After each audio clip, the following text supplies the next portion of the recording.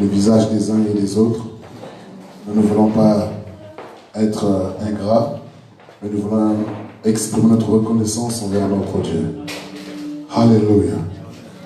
Ce matin, nous voulons offrir à Dieu un culte spécial, un culte particulier. Bien qu'on ait pris du retard, mais nous voulons que nos cœurs, notre esprit, nos âmes soient unis avec le Seigneur. Lui, il n'est jamais en retard. Il est présent au milieu de nous ce matin pour faire du bien à quelqu'un et surtout pour recevoir de nous notre louange. Il est là pour recevoir notre adoration. Il est là pour recevoir notre amour envers lui.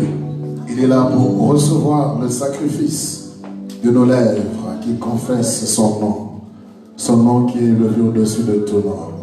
Unissons nos cœurs, unissons nos voix ce matin et élevons nos voix vers l'Éternel pour lui dire que nous sommes la paix. Nous voici, mon Dieu, nous voici pour t'adorer. Seigneur, nous voulons te demander pardon, Seigneur. Pardonne-nous pour ce retard.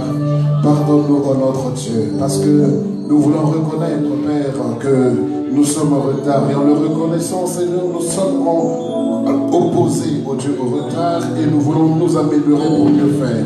Merci pour la grâce que tu nous accordes ce matin, oh Dieu, d'être présent, d'être en ces lieux, Seigneur Dieu, d'être ensemble, Père Céleste, pour te célébrer, pour te louer, pour t'adorer. Merci pour la grâce que tu nous accordes ce matin, de pouvoir réellement, ô Père éternel, sanctifier ton nom, de confesser de nos lèvres ta grandeur, ta seigneurie, ta suprématie. Seigneur Dieu, donne-nous encore ce matin de nous rapprocher de toi, alors que Romains 23 nous dit que tous ont péché et sont privés de la gloire de Dieu. Mais Seigneur, tu as tant aimé le monde que tu nous as donné ton Fils, afin que quiconque croit ne périsse mais qu'il ait la vie. Ainsi, au travers de ce sacrifice, au travers du sang, nous pouvons nous rapprocher du trône de la grâce, en vue d'un secours opportun. Ô Éternel, ce matin, nous avons besoin d'un secours que toi seul, oh oui, peut nous apporter, car ton secours se trouve dans la détresse, ton secours ne faillit jamais, ton secours ne manque pas, dans la détresse, et nous avons besoin de ton secours, ô Éternel. La Bible me dit de David, il dira, l'Éternel m'a secouru, alors que Satan le poussait. Tout le pousser pour le faire tomber, l'oppression le pousser, la douleur le pousser, la culpabilité le pousser, la honte le pousser, mais il n'a pas réussi, car l'Éternel a été notre secours. Oui, oh Seigneur, secours-nous encore ce matin, viens nous secourir au travers de ce culte, viens nous secourir, oh Dieu. Merci Seigneur, alors que nous prions, nous dégageons l'atmosphère de cet endroit, nous changeons, Père, l'atmosphère spirituelle, naturelle dans cet endroit, nous établissons ton règne, la gloire environne ces lieux, ta présence domine dans cet endroit. Père, nos cantiques montent comme un parfum vers toi, nos prières montent Seigneur, nos cris, nos danses, notre célébration ce matin montent comme un parfum de bonne odeur, et rien ne pourra nous retenir, rien ne pourra nous nuire ce matin, car tu es digne d'être élevé, digne d'être exalté, digne d'être magnifié. Reçois ce culte, Seigneur, agrée ce culte. Oh oui, sois glorifié, sois honoré, sois exalté au milieu de ton peuple ce matin. Merci Seigneur, merci notre Dieu. Oh Éternel, merci. Au nom de Jésus. Oh, nous sommes prêts, nous sommes disposés à te louer. Nous sommes prêts, nous sommes disposés à te célébrer. Alléluia. Merci Jésus. Merci Seigneur. Émerveillé en ta présence, rien n'était impossible. Avec moi, émerveillé.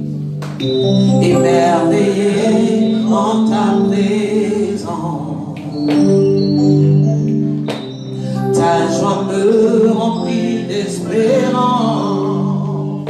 Émerveillé, émerveillé en ta présence, rien n'était impossible.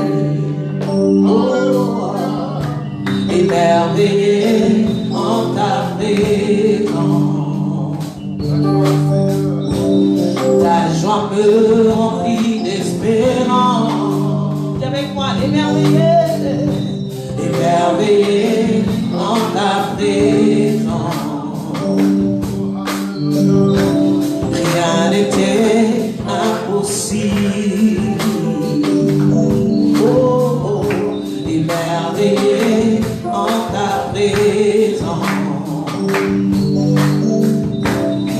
La joie me remplit d'espérance.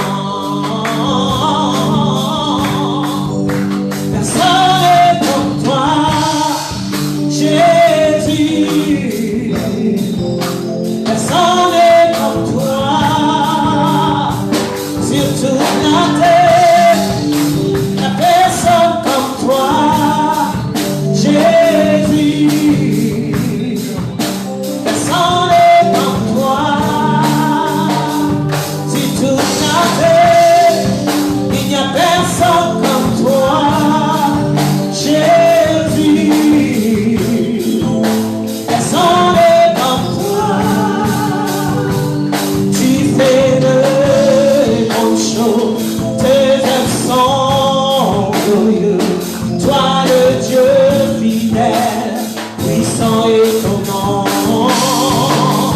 Tu fais de grandes choses, tes œuvres sont glorieux. Toi le Dieu fidèle, puissant et étonnant. Personne n'est comme toi. Personne n'est comme toi, Jésus. Il n'y a personne comme toi sur toute la terre. Il n'y a personne comme toi, Jésus.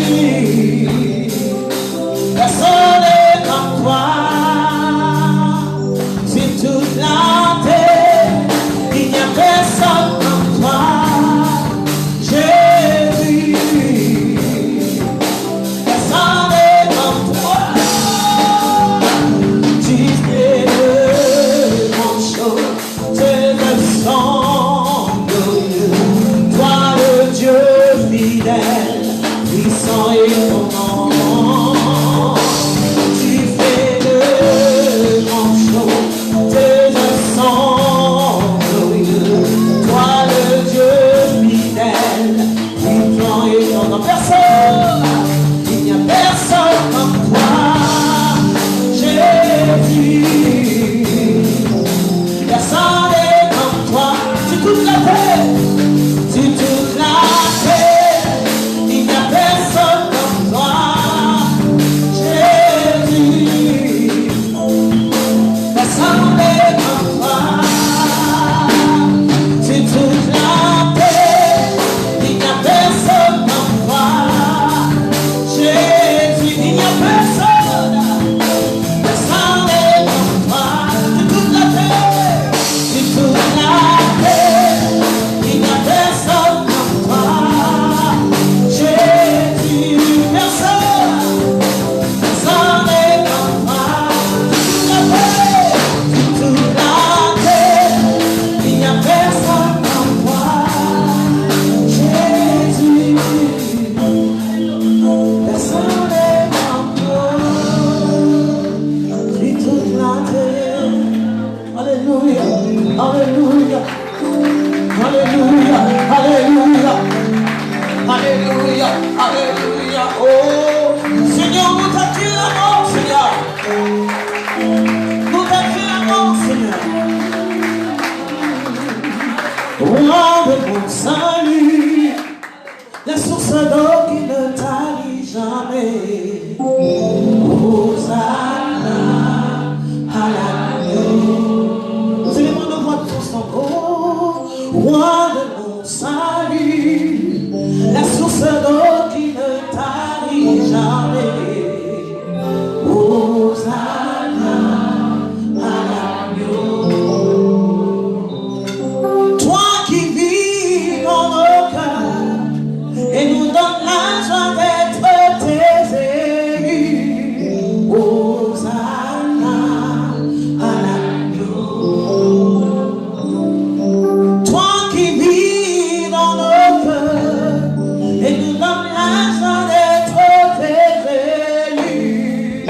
Hosanna à l'agneau. Nous chantons gloire à l'agneau. Honneur et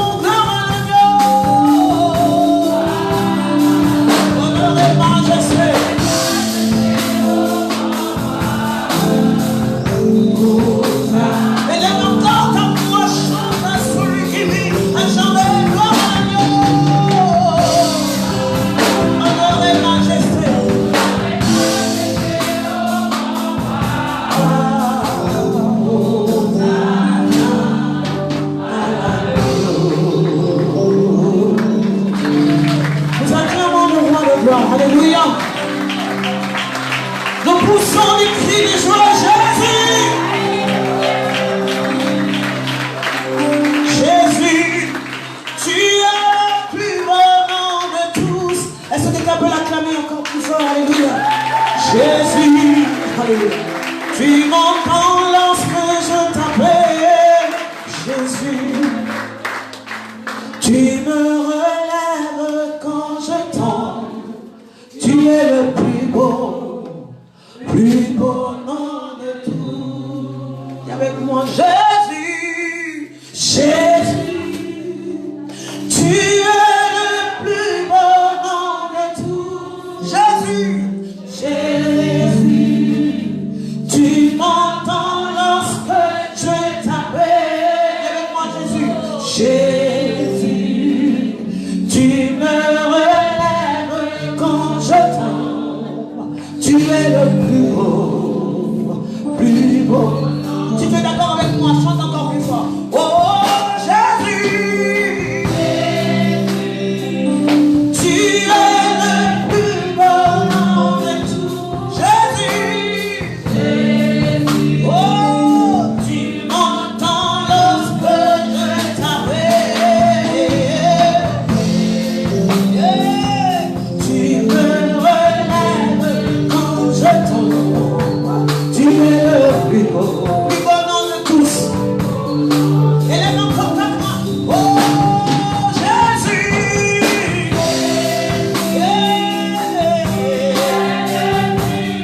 nom de tous. Jésus, tu m'entends lorsque je t'appelle. Jésus, tu me relèves quand je tombe. Tu es le plus beau. Quelqu'un peut lever sa voix encore plus fort. Oh Jésus, tu es le plus beau. Jésus, tu m'entends lorsque je t'appelle. Jésus,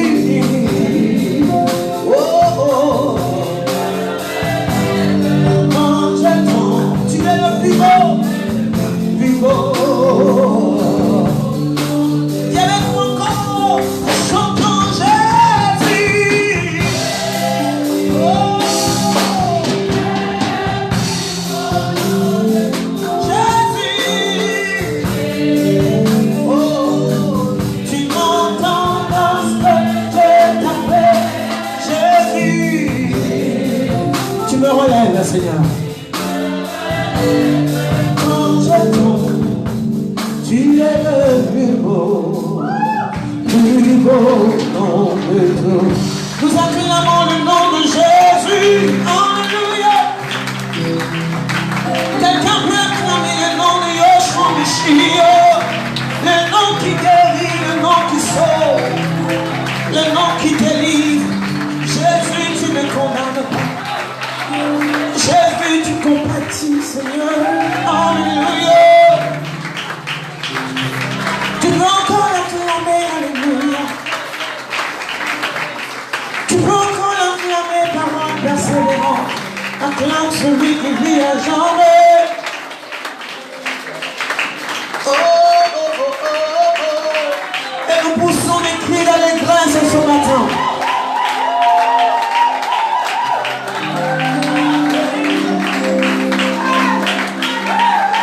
Tu peux encore l'acclamer ce matin.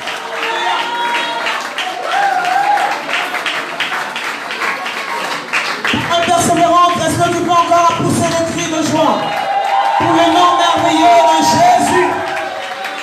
Pour le nom merveilleux de Jésus. Oh, oh, oh. Nous élevons nos mains vers toi, Seigneur. De gloire en gloire, de gloire en gloire, tu m'emmènes,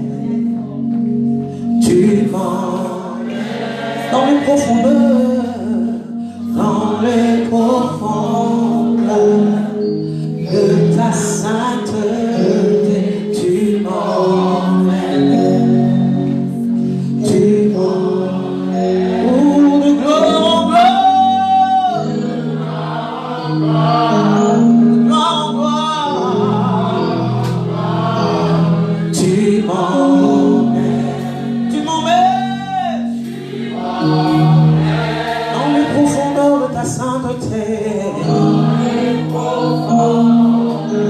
sainteté.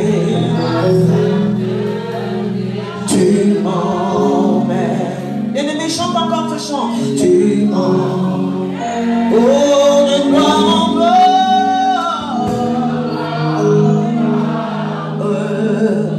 De gloire en gloire.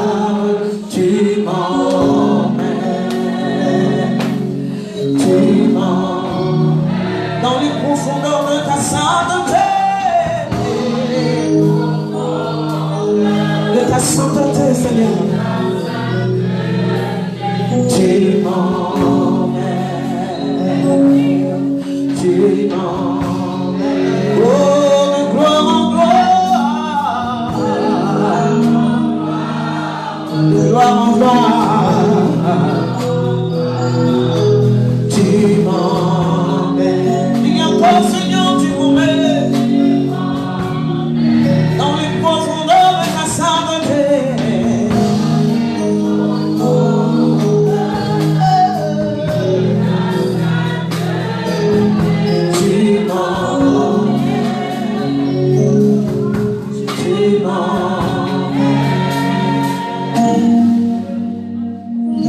Est-ce que les voix peuvent se lever ce matin? Alléluia, Seigneur, tu m'emmènes. Alléluia, Seigneur, tu m'emmènes. Seigneur, tu m'emmènes, Seigneur, alléluia.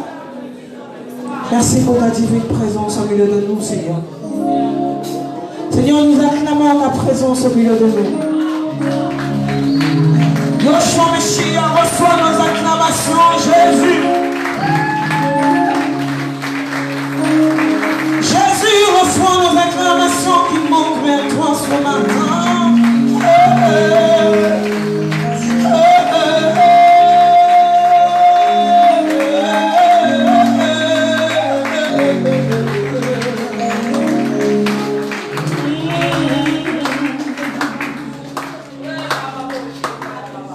Tu m'as ébloui par tes mélodies, tu m'entoures d'un chant d'amour, chant de délivrance devant mes ennemis.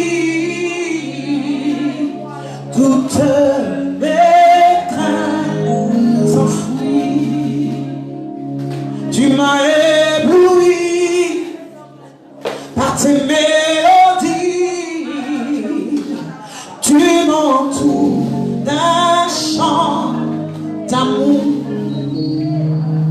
chant de délivrance devant mes ennemis.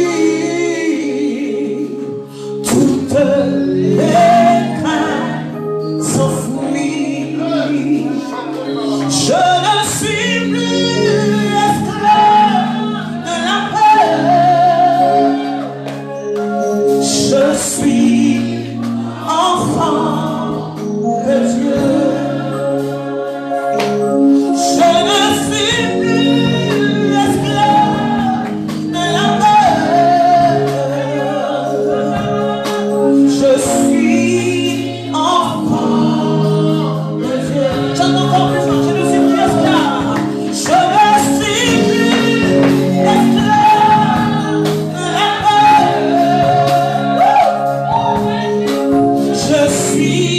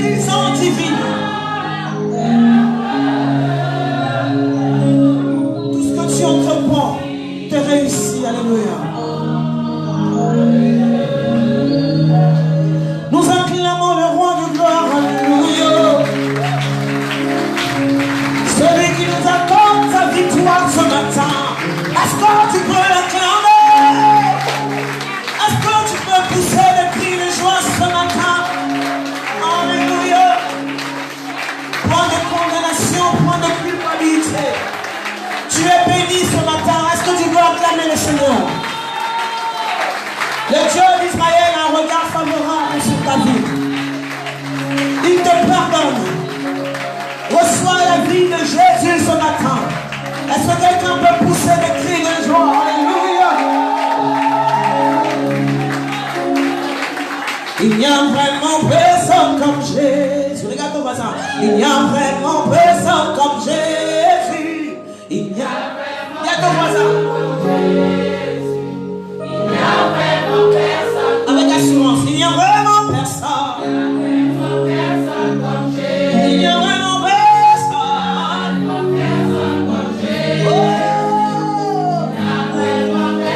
Comme Jésus. Il n'y a vraiment personne. Regarde ton voisin. Il n'y a vraiment personne.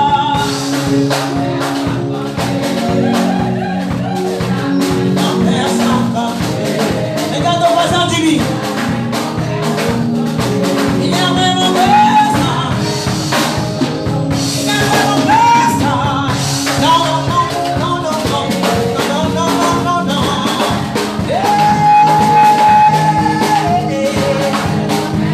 Comme Jésus, il n'y a vraiment personne.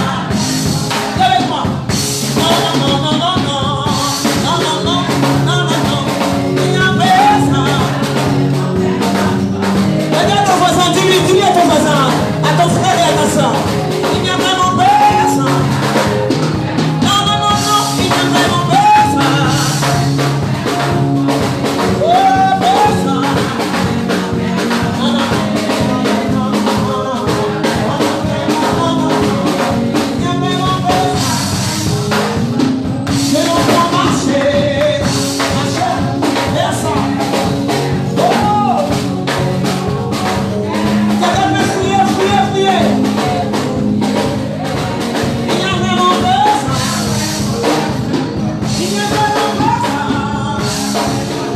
Non, non, non, non, non, non, non, non, non. Danse avec joie, il n'y a vraiment personne. Je l'entends marcher, personne.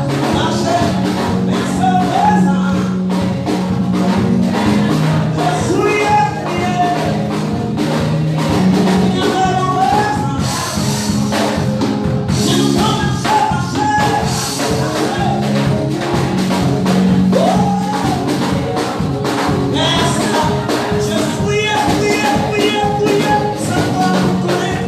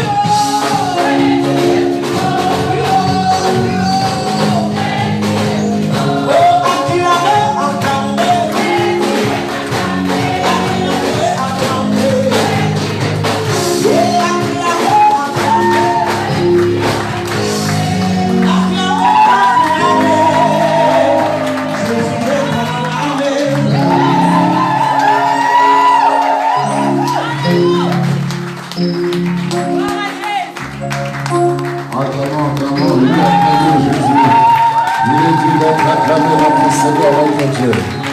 Alléluia, alléluia. Oh Seigneur. Merci Jésus, merci Seigneur, merci notre Dieu, merci notre Père. Oh, merci Seigneur. Nous sommes dans ta glorieuse présence, nous le croyons. Nous sommes en toi et toi en nous. Seigneur, tu n'es pas seulement avec nous, ni nous avec toi, mais nous sommes en toi, Seigneur. Aide-nous à réaliser cette position que nous avons. Nous sommes en Christ, nous sommes en lui. Et en lui, tout s'écrit gloire. En lui, tout s'écrit miracle. En lui, tout s'écrit succès. En lui, tout s'écrit délivrance, changement, élévation. Alléluia. Dans son vocabulaire, il n'y a pas d'échec. Dans son vocabulaire, il n'y a pas de défaite. Dans son vocabulaire, il n'y a pas de défaillance. Dans son vocabulaire, il n'y a pas de mort. Seigneur, nous croyons, Seigneur, que nous sommes en toi. C'est pourquoi en toi, je ne veux pas avoir un langage qui n'a rien à voir avec toi. Je proclamerai, Seigneur, ta bonté, ta grandeur, ta fidélité, Seigneur, même quand je suis seul, Seigneur, dans ma marche, dans ma course, dans ma chambre, peu importe, je veux croire et proclamer et confesser que je suis en toi et que toi tu es en moi et que la victoire est certaine, qu'avec toi et en toi je ferai des exploits, Seigneur. Je réussirai, j'achèverai ma course, je vivrai ma destinée, Seigneur, je le crois. Nul ne tiendra devant moi, Seigneur. Ramène-moi sur ta parole. Ne me laisse pas sombrer, ne me laisse pas mourir ailleurs. Ramène mes pas dans ta parole, ramène mes pas dans ta volonté parfaite. Nous avons déclaré cette année comme étant une année où ta volonté parfaite doit s'accomplir. Seigneur, dans ta volonté, on n'a pas à exprimer notre volonté. Dans ta volonté, on n'a pas à exprimer nos désirs, mais nous voulons simplement dire oui et amen. Apprends-nous à dépendre de toi. Apprends-nous, Seigneur, à faire ce que tu attends de nous que nous fassions, oh Dieu. Saint-Esprit, je t'aime et je sais que tu es là. Et tu voudrais, en retour, après avoir reçu et transmis ce message, cette louange, cette adoration au Père, tu voudrais aussi en retour nous parler. Car le Seigneur m'a dit qu'il tu prendras ce qui est de lui et tu nous l'annonceras. Prends encore la parole, prends ce qui est de Christ et Saint-Esprit, annonce-nous Christ, annonce-nous la parole, annonce-nous la révélation, annonce-nous ce dont nous avons réellement besoin. Non pas ce que l'on veut, mais ce dont on a réellement besoin. Oh Saint-Esprit, apprends-nous à dépendre de toi, apprends-nous à faire ta volonté, apprends-nous à réjouir ton cœur. Apprends-nous, Seigneur, apprends-nous. Ce matin encore, oh Dieu, nous voulons dépendre de toi. Oh Seigneur Dieu, que ton nom soit élevé. Seigneur, ouvre nos oreilles. Saint-Esprit, ouvre nos oreilles spirituelles, ouvre nos oreilles prophétiques, ouvre nos yeux, que nous comprenions, que nous saisissions la saison dans laquelle nous sommes, la période dans laquelle nous sommes. Ouvre nos oreilles, ouvre nos oreilles, ouvre nos oreilles pour entendre la pensée du Père, pour entendre le bruit qui vient. Oh, nos situations nous ont aveuglés. Seigneur, ouvre nos yeux, illumine les yeux de nos cœurs, mon cher Saint-Esprit de Dieu. Nous sommes dans un confort. Et ce confort nous manque. Saint-Esprit, que la lumière soit ce matin. Illumine les yeux de nos cœurs. Illumine les yeux de nos cœurs. Que nous voyons comme le Père. Que nous voyons comme le Fils. Que nous voyons comme toi. Oui, Saint-Esprit, aide-nous ce matin. Au nom de Jésus. Amen. Amen. Nous allons nous asseoir dans sa présence. Bonjour, peuple de Dieu. Que le Seigneur soit béni pour votre présence, pour vous qui êtes là ce matin. Que le Seigneur bénisse ceux qui ne sont pas là ce matin.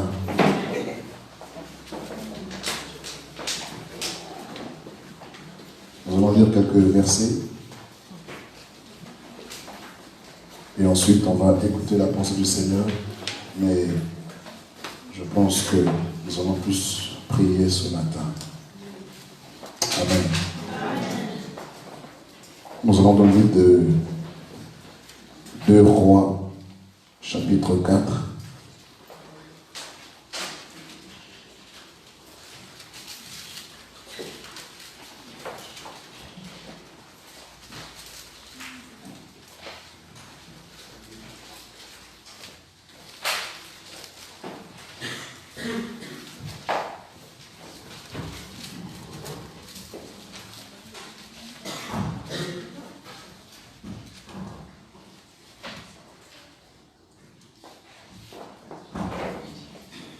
Chapitre 4, du verset 1er.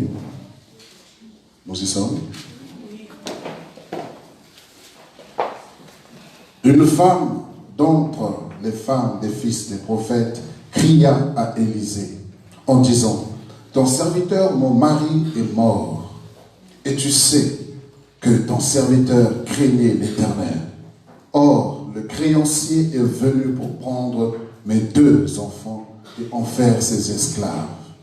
Élisée lui dit: que puis-je faire pour toi? Amen. Nous continuons au verset 8. Un jour, Élisée passait par Sunem. Il y avait là une femme de distinction qui le pressa d'accepter à manger. Et toutes les fois qu'il passait, il se rendait chez elle pour manger. Elle dit à son mari: voici, je sais que cet homme qui passe toujours chez nous est un saint homme de Dieu. Faisons une petite chambre haute avec des murs et mettons-y pour lui un lit, une table, un siège et un chandelier, afin qu'il s'y retire quand il viendra chez nous. Élisée étant revenu à Sunem et se retira dans la chambre haute et y coucha. Il dit à Géasi, son serviteur: appelle cette Sunamite. Géasi l'appela et elle se présenta devant lui. Et Élisée dit à Géasi: dis-lui, voici, tu nous as montré tout cet empressement. Que peut-on faire pour toi? Amen. Amen. Nous allons dans le livre de 2 Chroniques, chapitre 1, à partir du verset 7. 2 Chroniques 1, à partir du verset 7, juste le verset 7.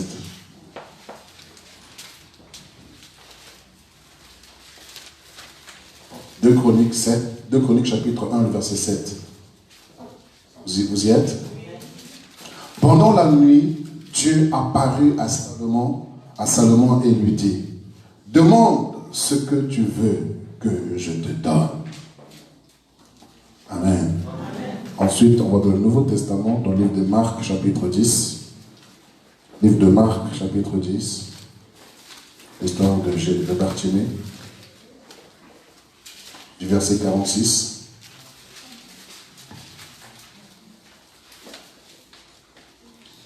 Marc 10, du verset 46.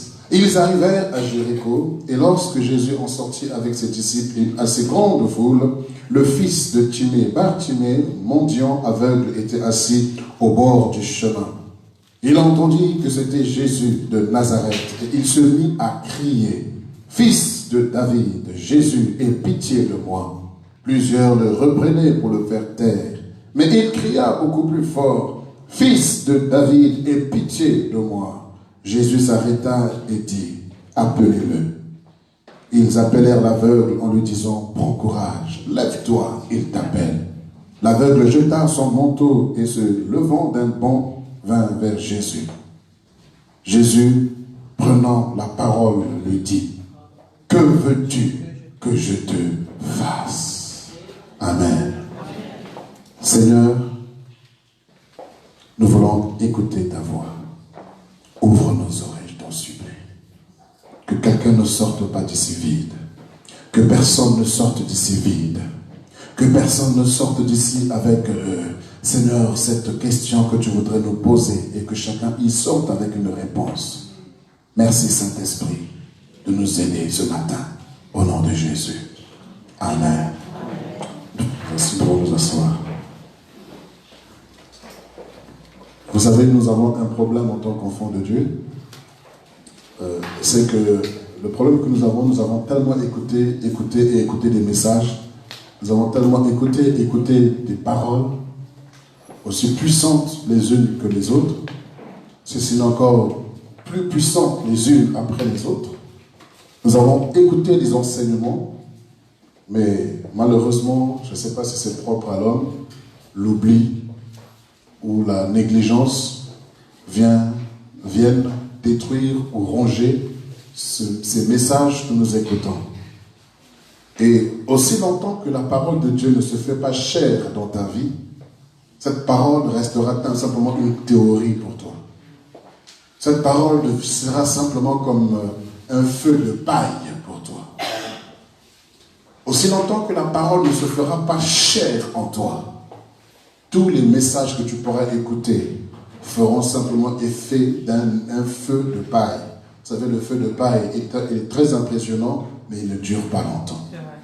C'est comme un flash qui est différent de la lumière. Le Seigneur n'a pas dit que le flash soit, mais que la lumière soit. Et nous avons un grand problème, frères et sœurs, c'est que ce message que nous allons écouter, c'est encore un message de plus sur d'autres messages. Mais je voudrais que ce message nous interpelle plus encore davantage pour que nous comprenions qui nous sommes, ce que nous voulons et là où nous voulons aller. Amen. Nous avons lu 4 passages dans la Bible, en commençant par le livre de 2 Rois, chapitre 4. Nous avons vu l'histoire de cette femme qui était donc femme d'une servante, donc femme d'un serviteur de Dieu, femme d'un prophète. Donc cette femme est devenue veuve et elle avait 2 enfants. Et la Bible nous dit que cet homme craignait l'Éternel. Mais malgré la crainte qu'il avait de Dieu, il avait des dettes. Alléluia. Donc cet homme est mort en laissant non pas un héritage, mais il a laissé des dettes à sa femme et à ses enfants. La dette était tellement élevée que le créancier peut se permettre de prendre non pas un seul des enfants, mais les 2 enfants carrément. Alors imaginez-vous la somme que cet homme de Dieu devait à son créancier. Malgré qu'il craignait Dieu, il y avait une dette. Et le créancier dit, je prends tes 2 enfants pour en faire mes esclaves, pour en faire mes serviteurs. Donc pour rembourser la dette de leur père, malgré qu'il craignait Dieu. Vous voyez, frères et sœurs, il n'est pas bon que tu meurs pauvre. Il faut dire Amen. Oh. Amen. Vous voulez mourir pauvre? Non. Il n'est pas bon que tu partes de la terre en laissant des dettes. Arrange-toi. Comme on ne sait pas ni le jour ni l'heure, il faut toujours que mon compte en banque ne soit jamais en moins de. Dites-moi Amen. Je ne comprends pas. Dans l'église, lorsqu'on parle de l'argent, il y a un silence total. Et pourtant, c'est ce qu'on aime. Tout le monde a besoin d'argent.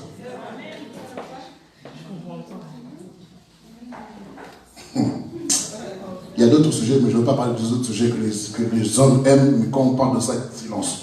Je parle seulement d'abord de l'argent. Il craignait Dieu, mais il avait des dettes. Et alors, cette femme va venir auprès d'Élisée et dira à Élisée, tu connaissais mon mari, tu connaissais ton serviteur, tu savais qu'il craignait l'Éternel. Cependant, le créancier est venu ce matin pour dire qu'il veut mes 2 enfants parce que la dette est élevée. Et la question que Élisée lui pose, que veux-tu que je fasse? Alléluia. Et dans le même chapitre, nous voyons la Sunamite également, cette femme qui habitait donc à Sunem, et elle était donc une femme de distinction, donc une femme de haut rang, une femme de classe. Et la Bible nous dit qu'à chaque fois qu'Élisée passait là, elles sont pressées de recevoir Élisée. On nous précise bien pour manger. Pour manger. Et la Bible nous dit que Élisée est passé plusieurs fois à Sunem. Et à chaque fois que Élisée passait, il allait là-bas pour manger. Mais cette femme dit que cet homme qui passe ici chez nous est un saint homme de Dieu. On va lui faire une chambre pour ne plus qu'il soit seulement de passage, mais qu'il demeure. Qu'il demeure. Et la Bible nous dit la première nuit qu'il va passer dans cette maison, Élisée n'était pas à l'aise. Il dit à Géasi, appelle-moi cette femme. Et la femme va venir et regardez la diplomatie. Élisée ne s'adresse pas directement à la femme en sa présence, mais il passe par son serviteur, dit à cette femme. Elle nous a montré tant d'empressement, tant de zèle, tant d'amour. Qu'est-ce qu'on peut faire pour elle? Alléluia. La troisième personne dans le livre des Chroniques, c'est le roi Salomon. Le roi Salomon a fait tellement de sacrifices à Dieu. Le roi Salomon a tellement investi pour la construction du temple. Et lorsqu'il a fini, il a convoqué les anciens. Après qu'il ait parlé aux anciens, la Bible nous dit que dans la nuit, l'Éternel, Dieu lui-même, pas un ange, mais Dieu lui-même descend pour dire à Salomon, demande-moi ce que tu veux.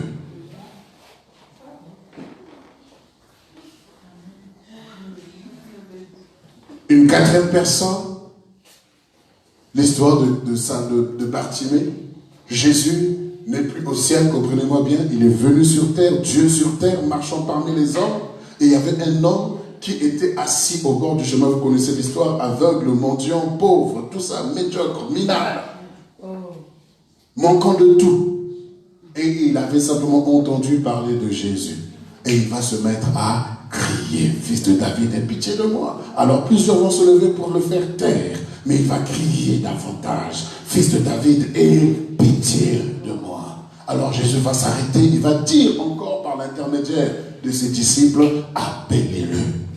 Et lorsqu'il l'appelle, là cette fois-ci Jésus ne passe pas par les disciples pour dire qu'est-ce qu'il veut, mais il s'adresse directement à Bartimée. Que veux-tu que je te fasse? Oh my God. Alors la question t'est posée ce matin de la part de l'Éternel. Merci Jésus. Tu quittes la maison chez toi pour venir, et encore quand tu viens. Vous savez, j'ai du mal à prêcher ce message ici en France. Pourquoi? Parce que je ne sais pas si on remplit vraiment toutes les conditions de ces personnes. Parce que Dieu ne s'arrête pas devant quelqu'un pour lui poser la question, que veux-tu que je fasse quand toi tu n'as rien fait? Oh! Oh!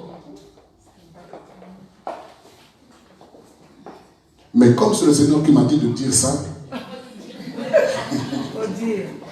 Faut dire seulement. Ah! Alléluia. Comme c'est le Seigneur qui m'a dit, pose la question à mon peuple. Que veux-tu que je fasse? Que veux-tu que je te fasse? Vous savez, cette question, ce n'est pas parce que tu as beaucoup prié. Ce n'est pas parce que tu as beaucoup donné.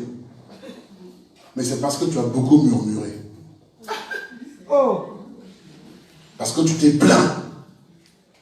Tu viens à l'église, mais ta tête est vide. Tu viens et ton cœur n'est pas disposé pour louer, pour adorer. Tu viens, mais comme si tu allais dans une boîte de nuit ou allais juste pour remplir une formalité religieuse. Après, tu vas vaquer tes occupations. Et on fait les choses sans comprendre pourquoi on les fait.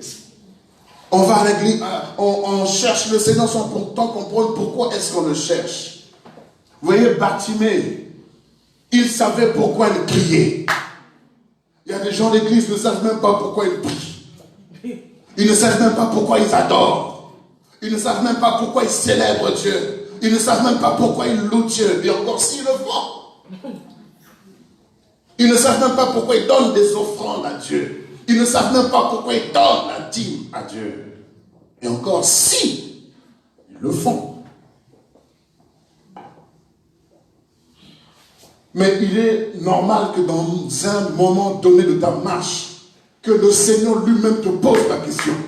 Que veux-tu que je te fasse? Lorsque tu as touché son cœur, lorsque son cœur a vibré devant ces actions que tu as posées, vous savez, la Bible nous dit que Dieu n'est débiteur de personne.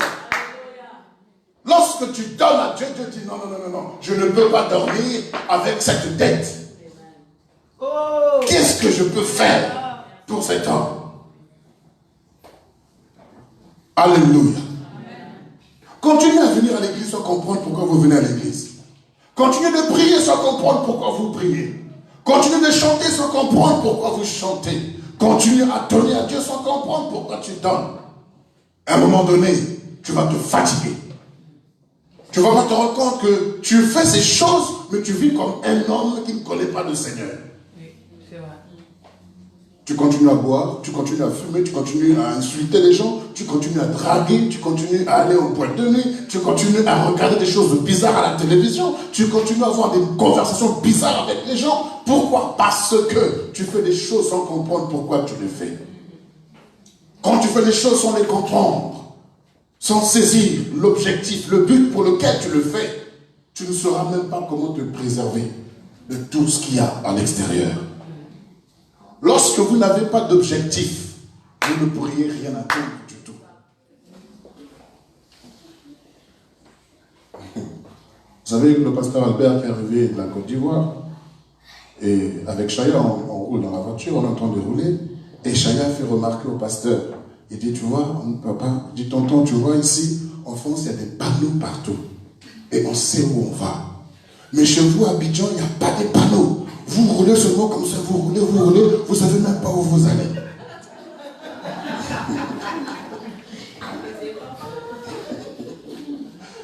Et le pasteur s'est mis à rire. Il dit encore, donc nous on voit seulement comme ça au hasard. Il dit, mais oui, regarde ici, il y a des panneaux. Mais là-bas, je n'ai pas vu des panneaux. Je dis, la petite, donc elle était dans la voiture, elle disait rien, c'est juste qu'aujourd'hui, là, elle fait cette remarque devant ce monsieur. Donc c'est pour nous dire, frères et sœurs, quand vous n'avez pas de panneaux dans vos vies, vous allez rouler jusqu'à ce que votre carburant s'use. Mais vous n'êtes pas arrivé quelque part. Vous ne savez même pas où vous êtes, vous ne savez pas où vous allez, mais vous roulez parce que vous avez une voiture. Oh my God. C'est fort. C'est pour ça que les chômeurs sont plus avec les gilets jaunes que les travailleurs. Vous savez, le travail te rend précis. Le travail te discipline. Le travail va t'imposer de te réveiller à 6 h du matin, même si tu étais une personne qui aimait le lit.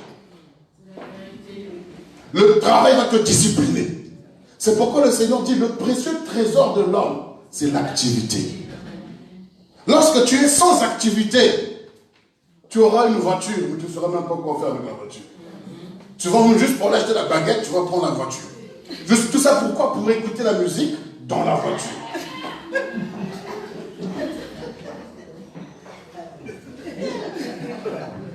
Parce que tu as une voiture. Mais comme tu n'as pas d'activité, tu n'as pas de vision, tu ne sais pas où tu vas te donner des visions à toi-même. Qu'est-ce que je peux faire? Ah ben tiens, je vais aller là. Et tu prends la voiture et tu es parti. Et tu te rends compte que tu n'as rien fait de bon parce que tu n'as pas d'activité.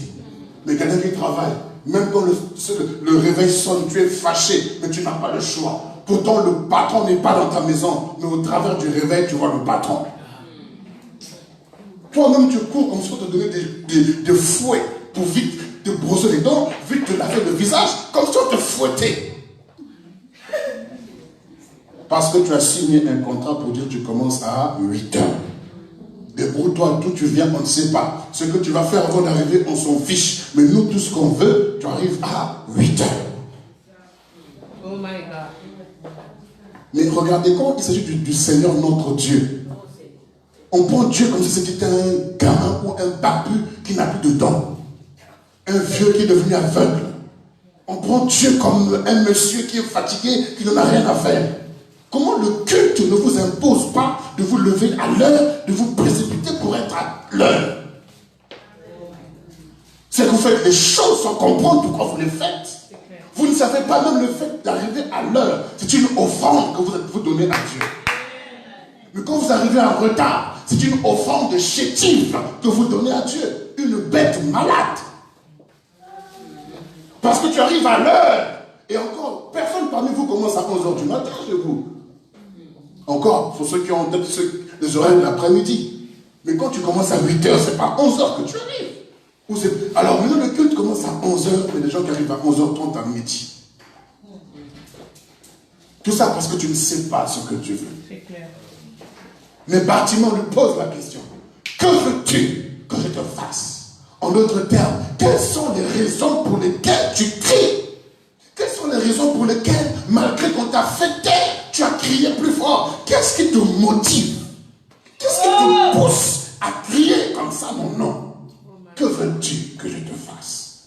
Vous savez, souvent quand Dieu arrive à cette question, souvent on bégaye. Oh Seigneur, agis. Seigneur, descends, agis. Seigneur, glorifie ton nom. Seigneur, agis. Et le Seigneur descend et dit, me voici, que veux-tu que je fasse? En fait, Seigneur, oh Seigneur, en fait. Vous voyez, vous faites du bruit sans pourtant comprendre pourquoi vous parlez à Dieu.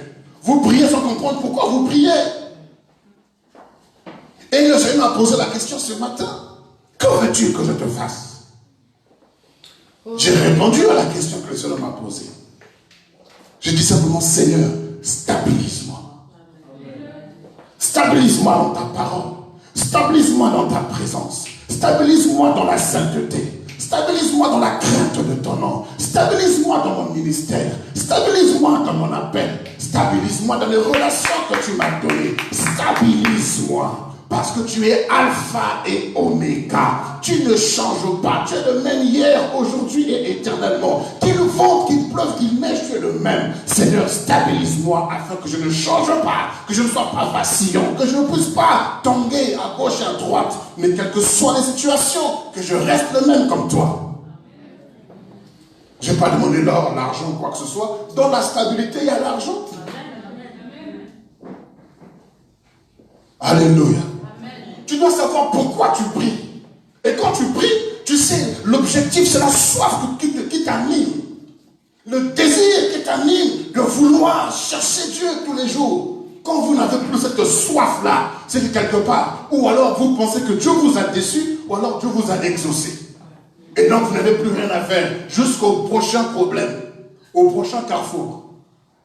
Oh my God. Que veux-tu que je te fasse?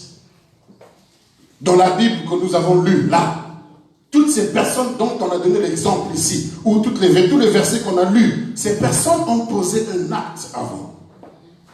La première personne dont nous avons lu, cette femme qui avait la perte, qui a perdu son mari, et qui était sur le point de perdre ses 2 enfants, cette femme avait élevé la voix vers Élisée. Il a dit, Élisée, tu connaissais mon mari, ton serviteur. Tu savais qu'il craignait Dieu. Voici maintenant. Vous voyez, cette femme est en train de se plaindre. Elle est en train de se plaindre, en train de raconter tout ça. Maintenant, Élisée pose la question, que veux-tu que je te fasse? Et la deuxième question, mais qui ne nous concerne pas aujourd'hui, indique-moi ce que tu as dans ta maison. Mais la première des questions, que veux-tu que je te fasse?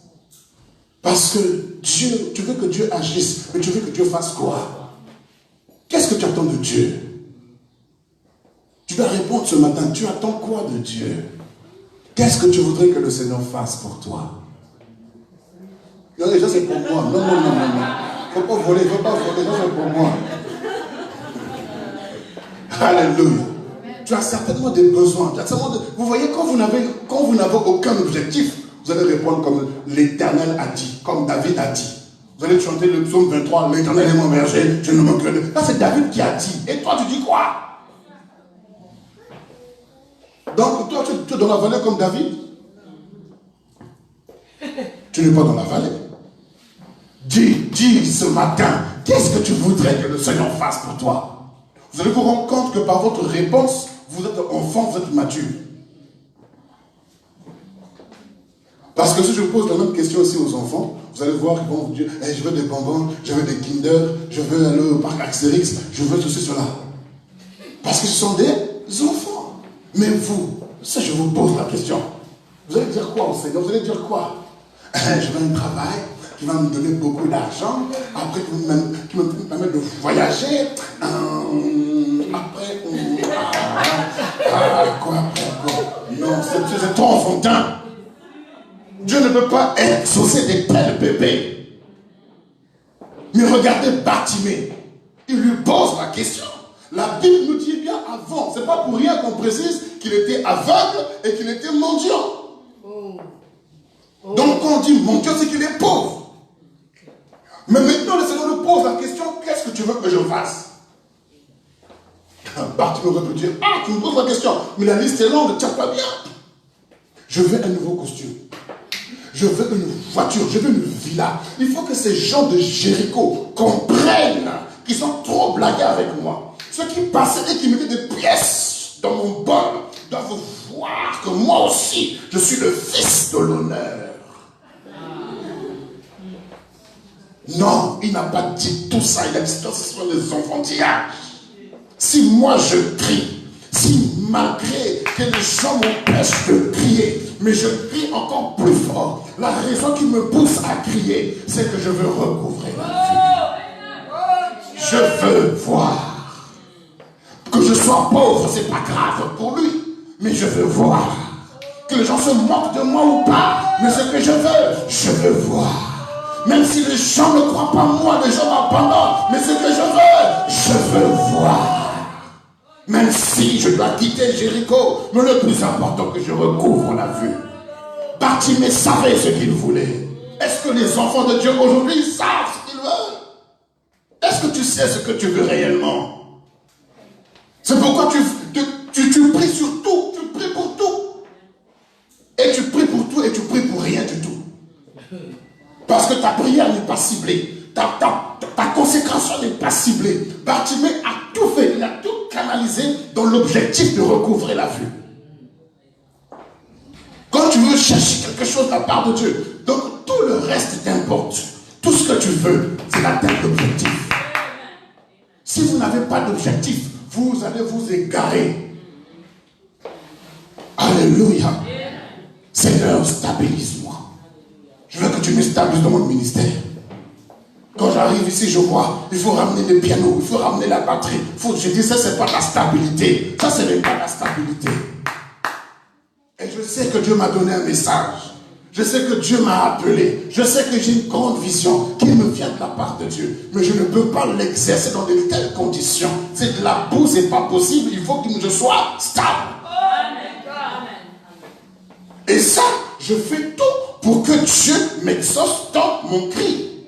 Je me préserve de la corruption, je me préserve de la compromission, je me préserve de l'adultère, je me préserve du mensonge, de l'escroquerie, je me préserve parce que je veux être stable. Mais quand vous ne savez pas ce que vous voulez, vous allez vous livrer à la corruption, à la compromission, à l'adultère, au vol, à l'escroquerie, au mensonge, à tout, parce que vous ne savez pas ce que vous voulez.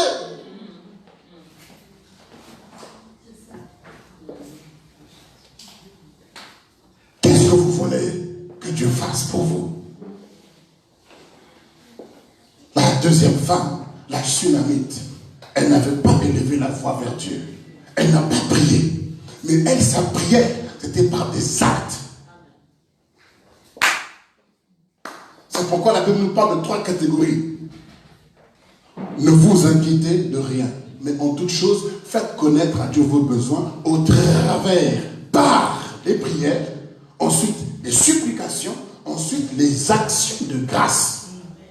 3 moyens de s'exprimer. La prière, il y a la prière d'adoration, la prière de louange, la prière de reconnaissance, tout ça. Ensuite, il y a la supplication qui consiste à demander à Dieu, à supplier Dieu pour des requêtes, pour des demandes bien précises. Et ensuite, il y a des actions de grâce. Donc, action, il y a le verbe acter. Donc, acter, ça signifie poser des actes. Là, il n'y a plus de blablabla, il y a des actes. C'est ce que la Sunamite a fait. Elle a exercé l'hospitalité. La Bible dit qu'il passait simplement pour manger. Mais elle a dit non, cet homme, elle a discerné. Je ne sais pas pourquoi le monsieur n'avait pas vu, mais la femme, vous savez, vous les femmes, vous êtes sensibles aux choses de Dieu. Vous êtes aussi sensibles aux choses du diable aussi. En tout cas, tout à fait. Ah, là, les hommes disent tout à fait. Pourquoi? Parce que la femme, elle est sensible aux choses de l'esprit. Que ce soit l'esprit du diable ou l'esprit de Dieu. C'est pourquoi le serpent est passé par la femme. Parce qu'elle était sensible. Alléluia. C'est pourquoi aussi Dieu est passé par la femme. Alléluia. Donc c'est pour vous dire, même lorsque Pilate voulait tuer ou faire tuer Jésus, la femme, une païenne, elle a dit, hé, pardon, ne fais pas ce que tu veux faire là. Parce que ce que j'ai vu en cette nuit, ce monsieur-là, il est innocent. Attention. Une femme païenne, mais sensible aux choses de l'esprit. Alors cette femme, la Sunamite, elle a dit, cet homme que nous recevons ici qui mange, c'est un saint homme de Dieu. Oh my God. Ne permettons plus qu'il passe seulement, mais faisons-lui une place. Vous voyez, elle n'avait pas des arrière-pensées. Elle n'avait pas un besoin quelconque parce que la Bible nous dit qu'elle était une femme de distinction. Donc une femme posée, une femme équilibrée, qui ne manquait de rien. Mais elle avait simplement la passion de soutenir l'œuvre de Dieu. Elle leur a dit, je vais faire une chambre haute. Une chambre qui soit élevée au-dessus de nous. On va le placer en hauteur. On va mettre le lit pour qu'il dorme. On va mettre une table pour qu'il mange, pour qu'il puisse méditer. La lumière dans cette chambre, la chaise, tout ça. On va équiper la chambre haute pour qu'il ne reste pas seulement manger, mais qu'il reste même dormir. Et lorsque Élisée va mettre sa tête sur le lit, la première nuit, il dit non, appelle cette femme. Oh my God. Vous savez, vous ne pouvez pas savoir ce que vous pouvez déclencher par des actes. Vous ne pouvez pas savoir ce que vous pouvez déclencher par des actes. Vous vous attendez que Dieu fasse d'abord pour que vous puissiez agir. Or, celui qui a compris, il fait d'abord avant que Dieu le fasse. Vous savez, cette femme avait tellement le désir de vivre la présence de Dieu. Vous savez, il y a une différence entre être visité par Dieu et que Dieu demeure. Et dit, je ne veux pas être visité seulement. Je veux que Dieu demeure. Et pour que Dieu demeure, je dois faire la stabilité. Qu'il y ait une stabilité, le lit, tout ce qu'il faut pour que mon Dieu demeure en moi. Sois stable dans tes relations. Sois stable dans ta vie de prière. Sois stable, sois constant dans ce que tu fais pour que Dieu demeure. Mais tu es dans la boue, dans la saleté, dans n'importe quoi. Et tu veux que Dieu te visite. Même il ne peut pas te visiter comme ça. Encore moins demeurer si tu ne fais rien pour qu'il demeure en toi. Oh my God. Alléluia. Cette femme, elle avait simplement le désir de voir l'œuvre de Dieu aller de l'avant. Vous savez, vous ne pouvez pas être là lorsque votre pasteur vous parle du défi qu'on a relevé, vous vous croisez les bras, vous ne faites rien. Vous savez, c'est très dangereux de votre part. C'est dangereux pourquoi? Parce que Dieu va passer par quelqu'un d'autre. Et ce serait dommage que vous puissiez passer à côté de la grâce. Mais cette femme n'avait rien demandé. Elle a dit, je veux simplement que cet homme soit à l'aise. Mais comme cet homme était touché, il a dit, appelle cette femme. Oh Seigneur, que le Seigneur m'appelle quelque part. Je veux que le Seigneur t'appelle quelque part. Qu'il passe par des intermédiaires, des hommes et des femmes qui sont vraiment placés. Tu appelles cette femme. Est-ce que vous savez que Dieu a votre numéro de téléphone? Alléluia. Dieu a votre numéro de téléphone. Il y a un homme de Dieu qui est déjà même passé ici, d'ailleurs, le prophète Eli Kiti, qui est en train de prier dans sa maison. Dieu lui dit, va en Guadeloupe. Il dit, mais Seigneur, je n'ai pas d'argent, comment je peux aller en Guadeloupe? Le Seigneur lui dit, va en Guadeloupe. Il Il dit, mais je ne peux pas aller, je n'ai pas d'argent. Il dit, va en Guadeloupe. Alors le prophète lui dit au Seigneur, il dit, Seigneur, si tu veux que j'aille en Guadeloupe, permets qu'on m'appelle du Canada et que le billet me vienne du Canada.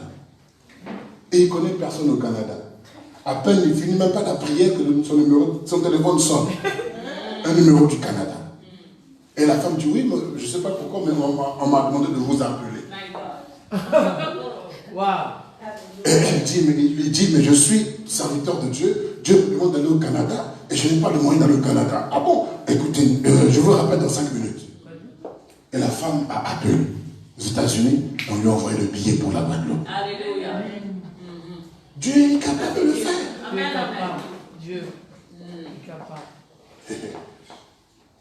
Il connaît. Il a dit appelez-le. Vous savez qu'aujourd'hui, il y a plusieurs moyens d'appeler. Hein? Oui. Ça peut être par WhatsApp, Messenger. Il y a plusieurs moyens d'appeler. Dieu a dit appelez-le. Alors moi aussi, je sais que quelqu'un va m'appeler. Mon téléphone va certainement sonner. Alléluia. Si vous ne le croyez pas, regardez-moi seulement. Je vous en donnerai les témoignages. Vous savez pourquoi? Parce que je sais ce que je désire, je sais ce que sur quoi j'aspire. Et je prie, je supplie et j'agis aussi. C'est 3 choses. La prière, la supplication et aussi des actions de grâce. Des actions. Alléluia. D'ailleurs, sans votre avis, sans votre avis, pendant qu'on a reçu une somme le dimanche dernier, je m'apprêtais à donner ça, mettre ça en banque. Un comptable, il faut me pardonner. Le Seigneur dit, ça ce n'est pas pour mettre sur le compte, c'est une semence. Il faut semer.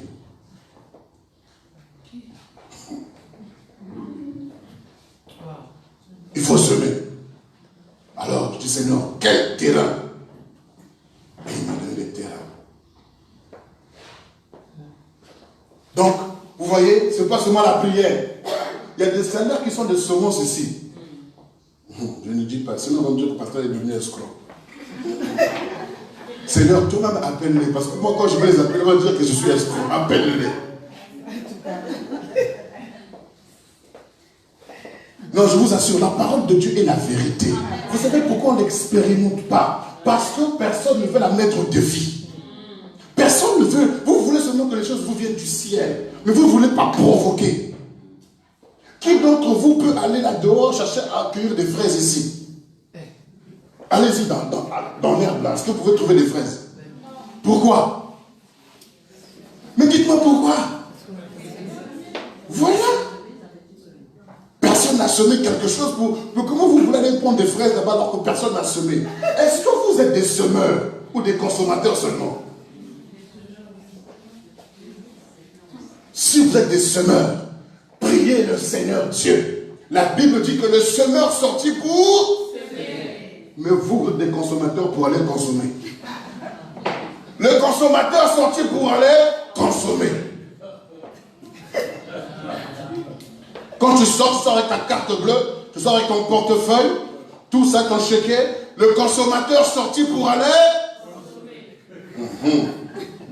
Et quand tu arrives à Lidl, je ne sais pas, Carrefour, et tu arrives dans le frigo, et à la fin du mois, tu cherches encore des sous pour arrondir les fins du mois. Pourquoi? Parce que tu n'as rien semé pour récolter quelque part. Cette femme, la Sunamite, elle a semé de sa chambre. Elle a semé de son lit. Vous savez, il fallait équiper ça. Comme c'était une forme de distinction, ce n'était pas un lit qu'on pouvait trouver à Castorama ou à Bricorama ou à, je ne sais pas, Conforama. C'était un lit de haute classe. Tout ça de haute classe. Parce qu'au point où Élie n'arrive pas à dormir pour dire appelez-la, c'est que ce n'était pas un matelas ordinaire. Ce n'était pas un matelas en paille. Ce n'était pas un matelas qu'il avait l'habitude de fréquenter. Il a dit non. Tu nous as démontré un tel empressement. Il faut que le ciel dise ça de toi. Est-ce que vous savez que Dieu a visité un païen comme ça, qu'on appelle Corneille dans la Bible? C'était un Romain. Les Romains qui persécutaient les Juifs à l'époque. Mais lui, celui-là, la Bible nous dit qu'il persévérait dans les prières et dans des aumônes. Il faisait des aumônes, des semences par-ci par-là. La Bible dit qu'un ange est descendu pour dire, Corneille, tes prières et tes aumônes sont montées en guise de souvenir devant l'Éternel. Mais toi, il n'y a rien qui monte. Il n'y a que des pleurs, des gémissements, des lamentations. Quand est-ce que les prières vont monter? Quand est-ce que les supplications vont monter? Quand est-ce que des offrandes, des actions de grâce vont monter vers le ciel? Vous vous plaignez trop, vous êtes des consommateurs pour consommer. Je refuse. Je deviens semeur pour semer. Il y a plus de plaisir à donner qu'à recevoir.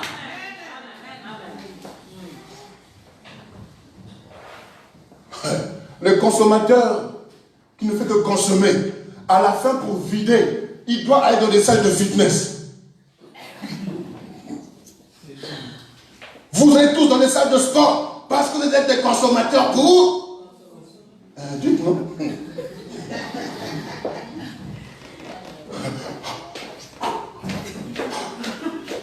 Mais qui t'a envoyé?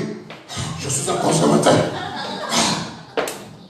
Arrête-toi aussi. Oh non, on a dit qu'il y a, des menus minceurs. Menus minceurs coûtent encore plus cher que Carrefour. Les consommateurs sortis pour... Il faut qu'on devienne des semeurs. Il faut qu'on provoque Dieu. Il faut qu'on provoque le Seigneur. Je vous le dis, hein, le meilleur terrain pour semer, ce n'est pas toujours vers celui qui est dans le besoin. Voilà, c'est vrai. Même vers celui qui a déjà.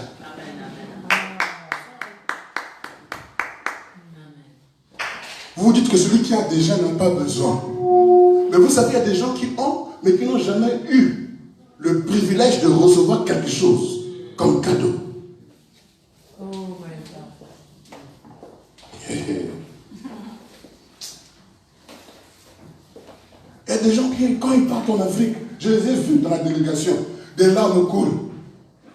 Pourquoi? Parce qu'on en vient de la France quand même. Donc, on va leur apporter un peu des choses. Mais ce qu'ils nous apportent est tellement fort qu'on ne peut pas le mesurer avec notre argent.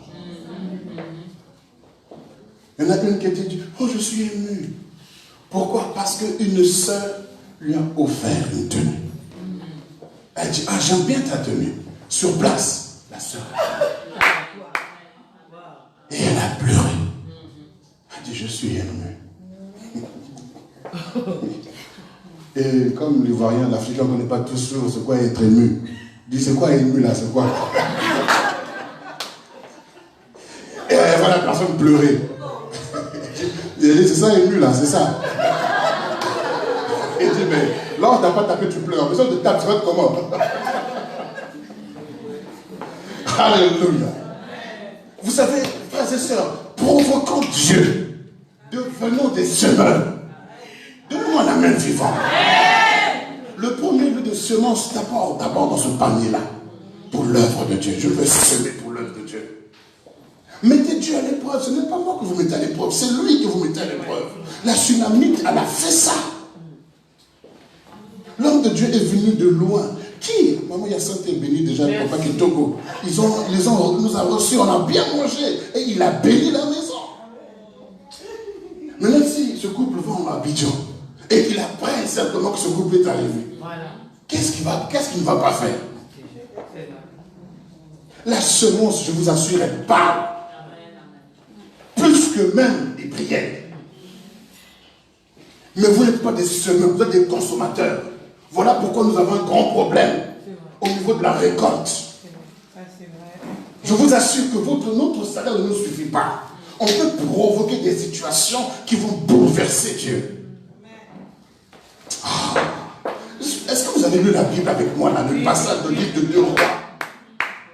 Il passait pour manger. Mais cette femme dit non, on va faire une chambre. Et il va rester là. Et sa présence, elle dit appelle cette femme. Et puis, on lui pose la question, il dit non, je n'ai besoin de rien. J'habite déjà au milieu de mon peuple. Et puis Géasi dit, oh, j'ai vu qu'il n'y a pas d'enfant ici, il n'y a pas de fils ici. Elle dit, ok, l'année prochaine, la même époque, tu es un fils. Ce qu'elle n'a même pas demandé, ce qu'elle n'a même pas cherché. Mais Dieu dit, je ne peux pas rester comme ça. Je dois me débarrasser de cette bénédiction. Je dois la libérer quelque part. Je dois bénir quelqu'un. Je dois faire du bien à cette personne.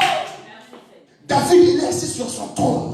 Il a tout dans sa maison. Il ne manque de rien. Il dit non. Il faut que je trouve quelqu'un. Il faut que je trouve une terre. N'y a-t-il personne qui reste de la maison de David et de Jonathan ou de Saül? N'y a-t-il personne qui reste? Ils ont dit, il reste un, mais il est handicapé. David dit, je n'ai pas dit qu'il était handicapé, qu'il était mort ou entier.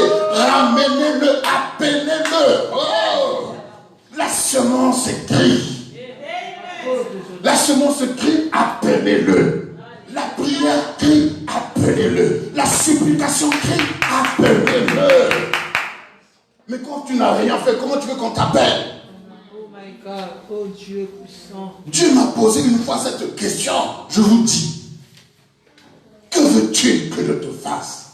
Et quand il m'a posé la question, mes larmes ont coulé. Pourquoi? Parce que j'ai vu mon parcours de souffrance, de douleur, de gémissement, de cris, de persécution. Mes larmes ont coulé devant lui pour lui dire, qu'est-ce que je ne peux pas te demander?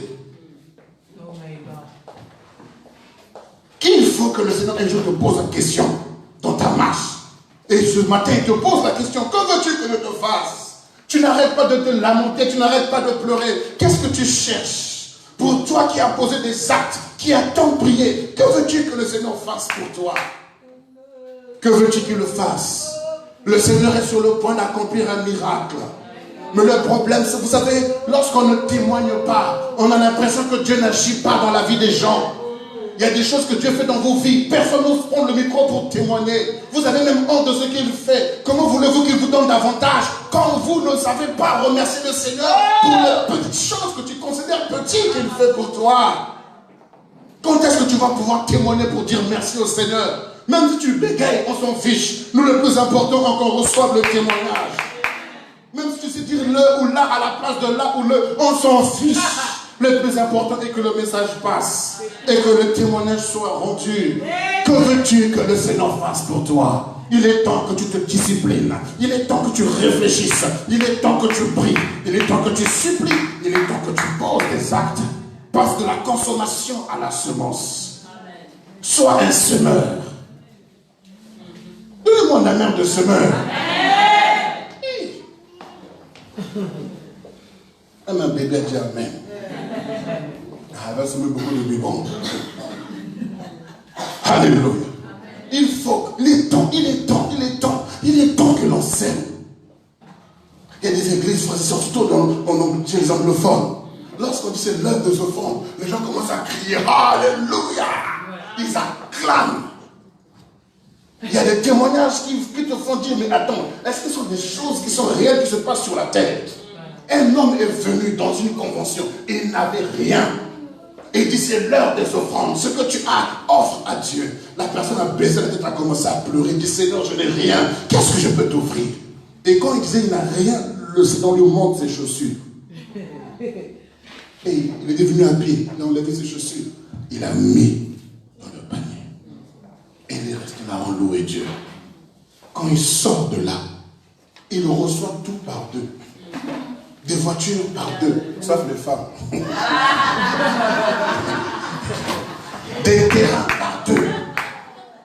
Tout ce qu'il reçoit, c'est en double. Pourquoi? Parce qu'il a semé. J'ai vu ça moi-même, en Côte d'Ivoire en train de prêcher. Le garçon était tellement touché, il a enlevé ses chaussures et il a mis dans le panier. L'homme de Dieu qui était là à mes côtés, qui a vu ça à son tour, il a enlevé ses chaussures. Il les a remis pour dire, tu m'as trop touché. Et les chaussures que l'homme de Dieu lui a remis étaient encore beaucoup plus chic que ceux qu'il avait mis dans le panier. Si un homme peut être touché par cet acte, à combien plus forte raison Dieu? Est-ce qu'on pose des actes qui peuvent toucher le cœur de Dieu? Oh my God. Est-ce que nous pouvons poser des actes qui touchent le cœur de Dieu? Le Seigneur m'a posé la question une fois, mon fils, es-tu prêt à me donner la moitié de ton salaire? Je dis, Seigneur, oui, tu sais que je t'aime, je suis prêt, sans hésiter. Quand je dis oui comme ça, le lendemain, le huissier vient me dire que vous devez 1400 et quelques euros. Et le diable te dit, est-ce que tu es capable de donner? Je dis, Satan, tu as menti. Je fais le chèque et je donne. Il n'est pas la main à ça. Vous savez, c'est parce qu'on ne sait pas prendre de risques avec Dieu. Surtout pour les finances. On est trop mathématicien. Même si on était nul en maths à l'école. Mon salaire, je suis professeur, agréé ou agrégé. Ne me blaguez pas, je sais calculer le racine carrée de 50 euros. Les nombres complexes, je sais le multiplier, le maîtriser dans mon salaire. Vous savez, quand vous marchez par votre salaire, vous devenez cartésien. Voilà. Vous ne laissez même pas l'Esprit de Dieu vous conduire dans vos finances. Oh, cet esprit, conduis-moi. Cet esprit, conduis-moi. Mais pas dans les finances. Hein. Là-bas, laisse. Je suis moi-même. Non, laissez en l'esprit. Écoutez-moi bien. Écoute, il faut qu'on vive, qu'on témoigne la grandeur de Dieu dans le domaine des finances. Donnez-moi un amen vivant. Mettez Dieu à l'épreuve, provoquons Dieu, provoquons-le, provoquons-le. Moi, c'est ce que je fais. C'est ce que je fais, je provoque Dieu. Vous avez vu ce que j'ai posé comme acte dimanche dernier, non? Et je le fais même à Sens. Et le couple qui est parti à Bangui a témoigné que c'était un miracle qu'ils ont vécu. Ils ont vécu un miracle. Et j'attends le témoignage. Moi, seulement dire, papa, on vient avec un grand témoignage. Pourquoi, frères et sœurs, je crois que lorsque vous semez, lorsque ce que vous faites, hein, souvent même si vous ne bénéficiez pas, mais vos enfants vont en bénéficier. Vos enfants bénéficient. Forcément. J'ai une tante du côté paternel. Elle m'a fait tellement du bien. J'étais enfant. J'avais peut-être depuis l'enfance jusqu'à l'âge de 6 ans avant que je ne vienne en Europe. Mais je n'ai jamais oublié ses bienfaits. Ma tante, ici également en France, je ne peux jamais oublier ses bienfaits. Et je me dis, je ne peux pas la laisser comme ça. Même quand on n'aura plus de dents, je serai toujours à ses côtés. Amen. Vous savez, ce sont des terrains favorables. Vos parents, vos membres de la famille, sachez semer. Semer dans leur vie. Il y a des personnes qui vous ont fait du bien, qui vous ont porté, qui ont essuyé votre postérieur, qui ont essuyé votre bave. Qu'est-ce que vous faites de ces personnes? Manifestez la reconnaissance, même envers les enfants qu'ils ont laissés. Regardez Jonathan, il a reçu, David, il est en train de bénir Méphibosheth à cause de l'alliance. Et qu'est-ce que vous faites de cette alliance-là? Bénissez ces personnes. Prenez soin de ces personnes. Assurez leur scolarité. Assurez leurs vêtements. Faites quelque chose de bien de votre argent. Même si c'est 20 euros, 30 euros, faites quelque chose. Qu'est-ce que vous faites de membres de vos familles? Bénissez-les. Dieu vous a établi là pourquoi? Ce n'est pas pour que tu leur envoies la photo de la Tour Eiffel. Pour dire que tu habites en France, tu penses qu'ils ne savent pas que tu es en France? Ils le savent bien. Tu penses qu'ils ont besoin que tu viennes là-bas avec des vêtements de Gucci, Versace, quand tu descends les voir? Qu'est-ce que tu fais pour les membres de ta famille? Ta tante qui t'a gardé, que tout le monde traite de sorcier aujourd'hui. Mais si tu sais qu'elle t'a donné à manger à cause de ça, fais quelque chose. Même pour tes cousins, cousines. On est devenu trop ingrat, trop égoïste. Trop chacun pour soi. Sachez semer. Sachez semer. Et ma tante est décédée très tôt. Mais mes cousines, donc nous on n'a pas de cousins, on est des frères et sœurs. J'en prends soin aussi bien que je le peux. Et je les cherche partout où elles peuvent être. Pourquoi? Parce que leur maman m'a fait du bien. Ta maman t'a fait du bien. Ton papa t'a fait du bien. Même s'ils ne sont plus de ce monde, mais ils ont laissé des enfants qui sont tes frères et sœurs. À cause du bien que tes parents t'ont fait, fais-leur du bien. Amen. Même s'ils ne reconnaissent pas ça, Tu ne le fais pas à cause d'eux. Tu le fais à cause de l'alliance.